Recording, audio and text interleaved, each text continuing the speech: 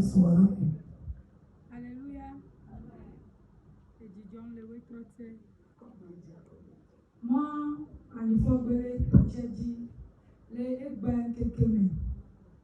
Mais dans la tête d'un mot, titi dans les chemins. Samedi soir, il papa comme bedora we toto. La romaine de Saint-Yvan. Les bedora clodo, bedora dona mais keke, tope, bedora kori homo. Eva ba men les bedora do keke eva mani.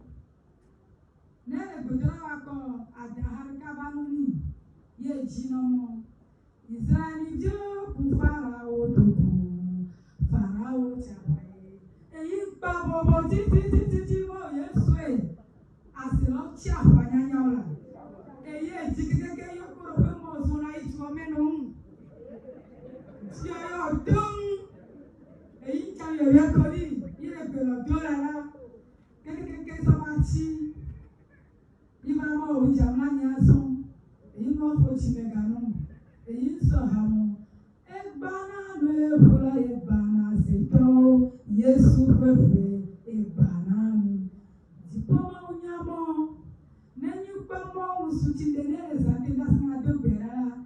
Eni moti edurula, eni mo edano intoke dora diko unsen. Ile popo pa dotalo tite. Iso papa do konsen. Keke alo yukunu iba hwele ishi. Indu arome on. Dele voiture. Imo alimonu eyin tijolo jeno mare bebe. You will allow me more. Ejojo jino vitin di keke sa imolu ka gbado ti aso choplo. Imo eje wun. Esa plokon bea. Eyi saro so bea. Imo kapalo molu so ni balum. Eya buzo dara me ba imolu mo si ka idaro ebo. Eyi ja imolu babo. Ti galora ha ya bujalo jino imo Yesu. Agi kuno. Pata ni tashi molo babo. Tashi. Eso me te beto ni ma. Evo ya vole te ke kwa fina no ni no do kwa bo Yesu so imolo ba ha de ja ta to ku jino ma ha. Ile ya tanongle àwọn me ko se ke so ble no ya ba ku ni mo Yehova. Yesu fọlọ nga. A o mi asi na fọlọ ngo me de so la fọlọ ngo. Jipo mo do ta na fọlọ ngo. Eyi anila chin me na vlo. Eyi na gbedora na konse. Eyi ma o shise se kwa. Eyi na kwa eyi anila ta di le numeri keke eyi di. Eyi etashi. Praise the Lord. Ne droma uno chimole teo. Ti etashi aha eyi bobolo keke yi nyo ibale. Yi se eyi chi kenku ya trata ya tamu suyo ni datoyo. Ya takinya kwetare. Imo o Yehova. Ye nyono nomoro go jile ko pato don chirame. Baba ko kedo anitame na shidobi. Emo muchwe kulo ni ba do be ya to gogo ime. Na ma do gogo le kedo anitame le sa tele bele na soke. Eyi jivo ifon. Eyi ele shigomo ni chile ngbo le fome hatine. Eyi kasi awashimo luvo dogo le fome no hene. Imo o le washimo ame bobo le nu dogo le ngbo hatine. Eyi fon. Ikwashila bene church nsese bebe ke kolo ntila mele. Eya ta hoso. Yi vevenu. Eyi to yi church. Iva ira se. Yi bi pare ba yi mo klola. Eno de don jipiore. Ele mo se bebe ke kolo ntila mele. Dash data tina dogo la ranu ko ma pe we. Eye mo nya o mo. Yesa sitado ta bi so budra na ke duare ko. Yijima shizame nga sokelo inti. Eyi mlani. Yima ndo nyon nga kakba no nyono miesi nga kore kakpo izon kwe batu. Oh! La foto ole ahamo. Eyi mde kwe ba foko monde ba fono nyoba. Yimo, afono nogo. Yimo nyao. Ndo ba foko monde ba fono mo. Zeto tochi na ba foko yiko nyamo afoko kime ten. Iho. Eye ni shiku yile le kozome. Konde se na pe sonchu.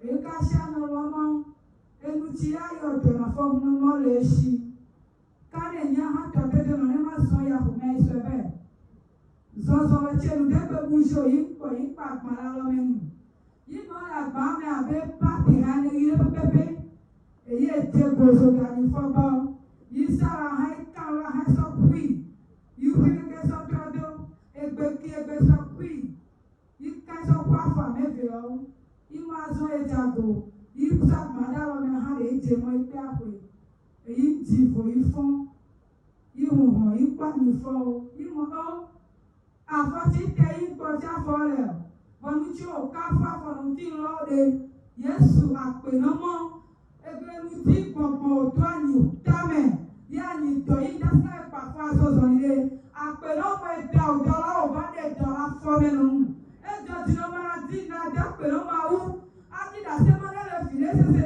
evangelist gbèdọ́rà rẹ̀ nánú lukọ̀ ẹlẹ́tì àbòtí ẹlẹ́tì adé nà òní títí nánú numọ́sà ẹni ọtí numọ́ ni ọlọ́wọ́ dọ̀rẹ́ bá gbé ti ẹni ọlẹ́dẹ̀ gálẹ̀ fún pẹ́pẹ́pẹ́ ẹni ọlẹ́ gbọ́ àgbẹ̀yẹ lùfọ̀ ẹni ọlẹ́ yọ ọ̀dọ̀yẹ ẹni ọlẹ́ túkàyẹ ètìjọ́ lẹ́wẹ́ tọ́jẹ́mọ́ ngbẹ́sọ̀ gbèrè àgbẹ̀ àgbò bá nígbà tí ìdè ní mátàkìlò ètìjọ́ máa dápè èyí mọ́ máa dìgbà sé dápè. Hallelujah!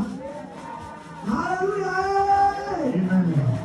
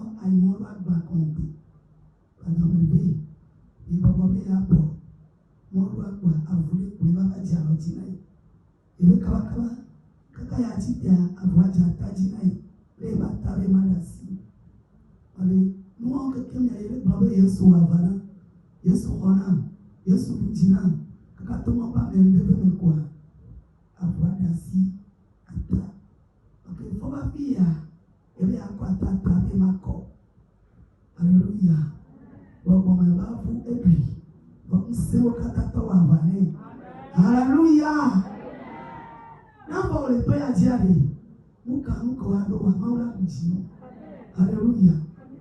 Ata yebe ya watata be ma wabe kwa ele take ho ai mun tonto be nya Yesu la do jinai yebe be do ya be enwa yeba kwa mede ebisa ya mede ko le kanse yeba kwa mede ya ana le to ne be nka wa yeba fo o le no yebe le ko wa fo na more nka wa fo o na o yebe le ko zito ba le ya pe ba fo wa afa me be apata o te ya me atone be na ibona ya ho me aba ya ho mo kwa ipo agbare ni da lo me ni de agba me le si pat ni e be so kwa e si siro e ba fo oji e be to le na ma u ji nai e ba fo ba fia e ba ko alore de fia me se be e to nyo le de fia me na so ko nwa e ba ko e ba fo be tete e ma u ji nai ma u do lo la be ke va to atia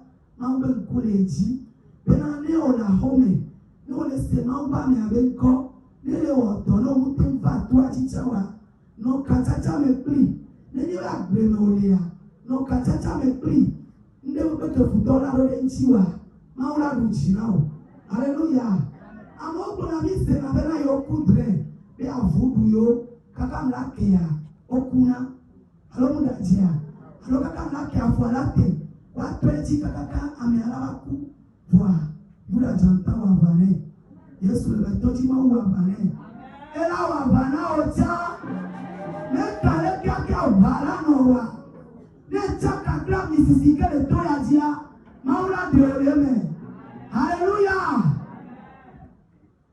Amen. Notre maman veut remercier le Seigneur parce que le Seigneur l'a délivré et d'un danger.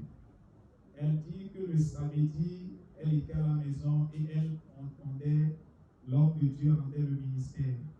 Et lorsque l'homme de Dieu rendait le ministère, l'homme de Dieu avait entendu une chanson qui dit que les Égyptiens avaient déclaré la guerre contre les enfants d'Israël et les Égyptiens étaient vaincus.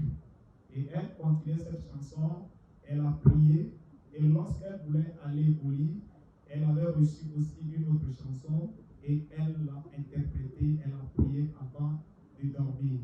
Elle dit que pendant ses sommeils, elle a rêvé, et dans ce rêve, elle voyait qu'elle avait payé le riz.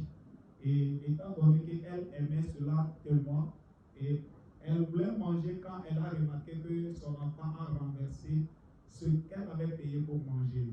Et elle a abordé l'enfant et puis au moment où elle voulait ramasser le riz et voir si c'est possible de manger, elle a vu qu'il y avait un chien aussi qui est venu pour prendre part ou bien occuper le riz qui s'est renversé.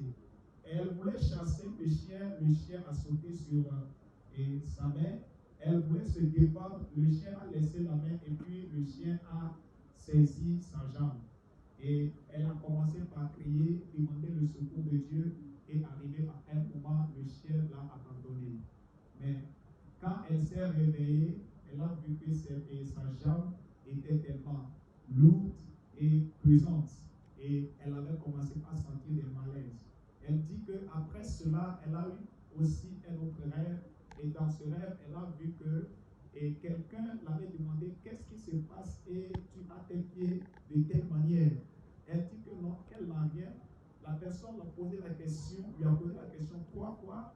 Et quand elle a cherché à observer ses pieds, elle a remarqué que ses deux pieds étaient enflés.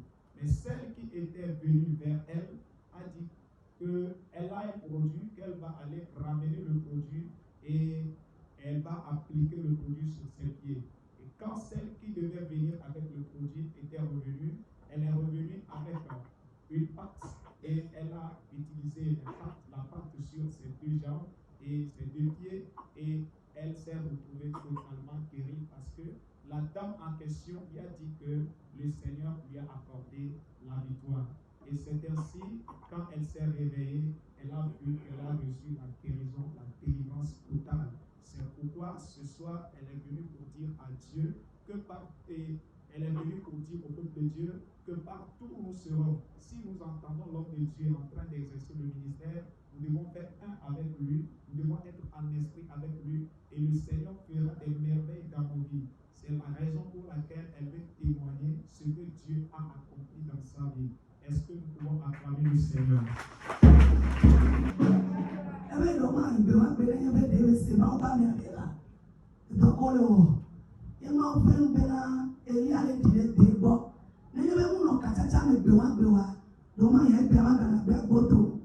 Hallelujah.